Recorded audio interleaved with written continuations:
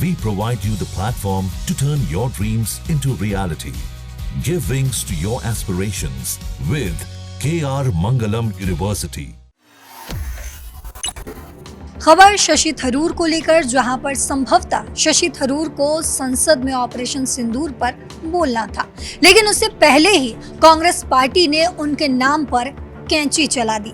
लेकिन उनके नाम पर कैंची क्यों चली और शशि थरूर ने इसे लेकर जो प्रतिक्रिया दी है, मौन व्रत, इसके पीछे की इनसाइड स्टोरी क्या है वो अब सामने आ चुकी है। तो हम शेखर सर से समझेंगे कि आखिर उन्होंने क्या कहा है और इसकी इनसाइड स्टोरी क्या है।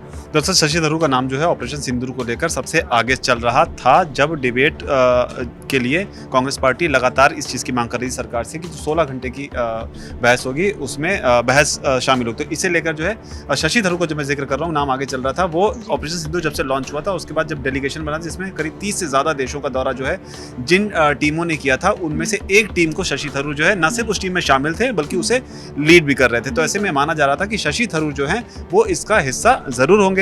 हालांकि बहस शुरू होने से पहले ही शशि थरूर को लेकर एक खबर सामने आई, जिसमें जो कांग्रेस पार्टी की तरफ से लिस्ट जारी की गई है उसमें शशि थरूर का नाम नहीं है। और ये पहला मौका नहीं था, इससे पहले भी जब डेलीगेशन बनाया जा रहा था विदेशी दौरों के लिए, उस वक्त भी शशि थरूर के नाम को कांग्रेस पार्टी ने तवज्जो नहीं दी थी।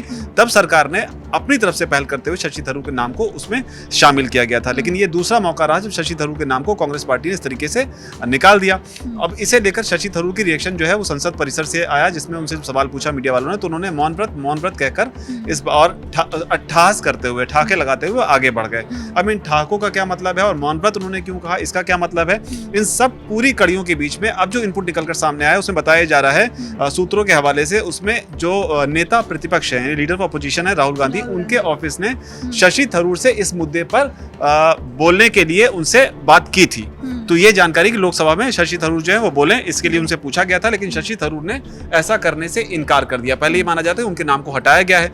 अब इसमें कड़ी ये है कि उन्होंने आखिर ऐसा उन्हें बोलने से इनकार क्यों कर दिया। तो इसे लेकर माना ही जा रहा है कि कांग्रेस पार्टी जो है वो चाहती थी कि शशि थरूर जो है वो पार्टी लाइन पर जाकर सरकार को इस मामले पर घेरें, जबकि शशि थरूर की अपनी जो व्यक्तिगत राय है इस मामले में, या आप कहें कि डेलीगेशन को लीड करने के लिहाज से उनका ये मानना है कि ऑपरेशन सिंदूर जो है वो एक सक्सेसफुल ऑपरेशन रहा है और वो इसकी जिसके जो पॉजिटिव पॉइंट हैं वो विदेशों में जाकर जो है वो गिनवाते रहे।